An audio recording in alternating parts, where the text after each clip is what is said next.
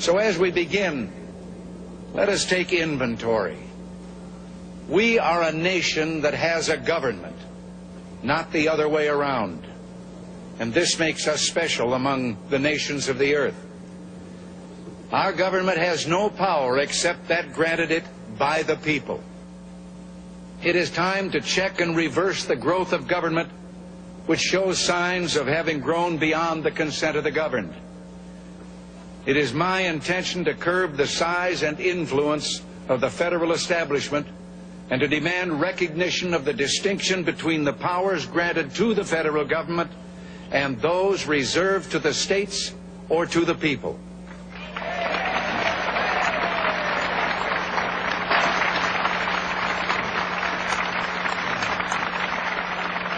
All of us need to be reminded that the federal government did not create the states. The states created the federal government.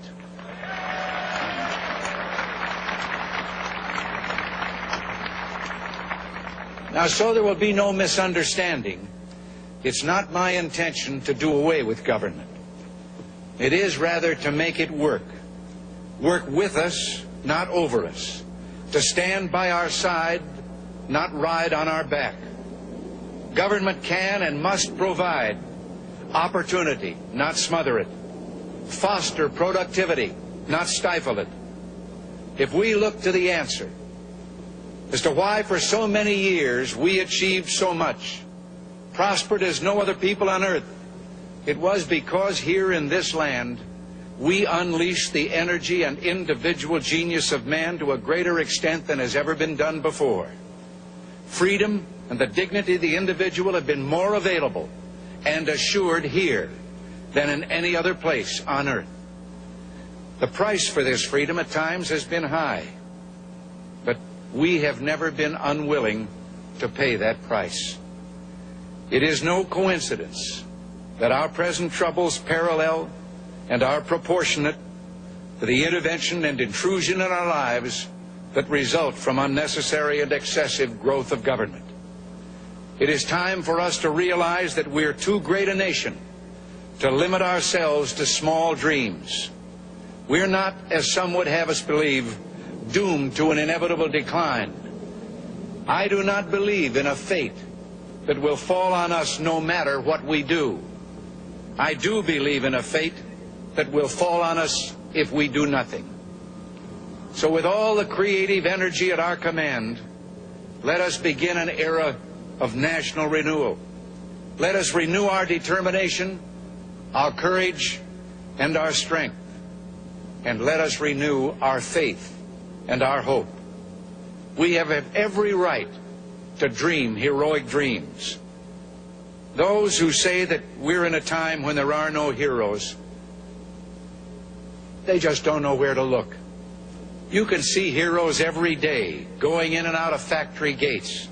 Others, a handful in number, produce enough food to feed all of us and then the world beyond.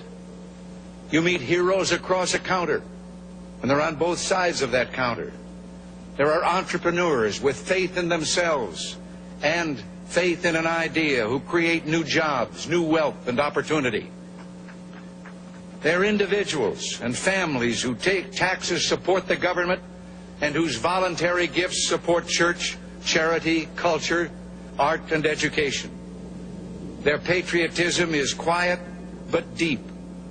Their values sustain our national life.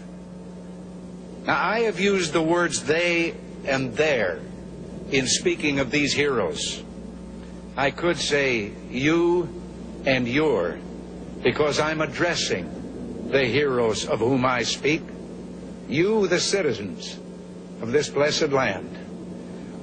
Your dreams, your hopes, your goals are going to be the dreams, the hopes, and the goals of this administration, so help me God.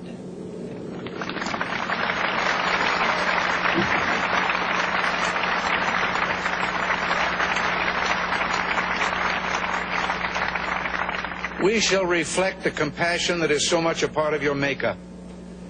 How can we love our country and not love our countrymen?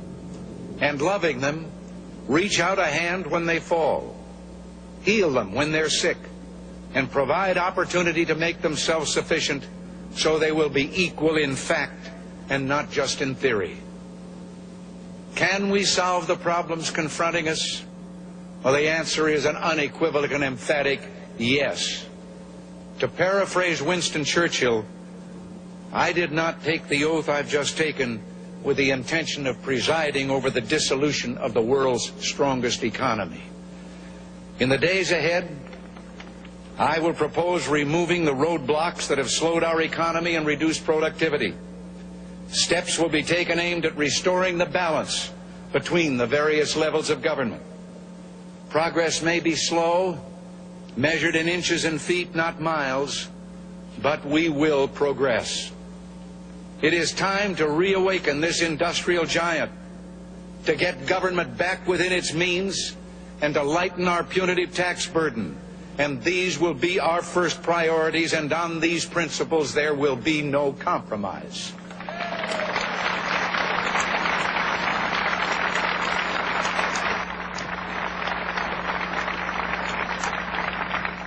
On the eve of our struggle for independence, a man who might have been one of the greatest among the founding fathers, Dr. Joseph Warren, President of the Massachusetts Congress, said to his fellow Americans, "Our country is in danger, but not to be despaired of. On you depend the fortunes of America. You are to decide the important question upon which rests the happiness and the liberty of millions yet unborn. Act worthy of yourselves." Well, I believe we, the Americans of today, are ready to act worthy of ourselves, ready to do what must be done to ensure happiness and liberty for ourselves, our children, and our children's children. And as we renew ourselves here in our own land, we will be seen as having greater strength throughout the world. We will again be the exemplar of freedom and a beacon of hope for those who do not now have freedom. To those neighbors and allies who share our freedom, we will strengthen our historic ties and assure them of our support and firm commitment. We will match loyalty with loyalty. We will strive for mutually beneficial relations. We will not use our friendship to impose on their sovereignty, for our own sovereignty is not for sale. As for the enemies of freedom, those who are potential adversaries, they will be reminded that peace is the highest aspiration of the American people. We will negotiate for it, sacrifice for it. We will not surrender for it, now or ever.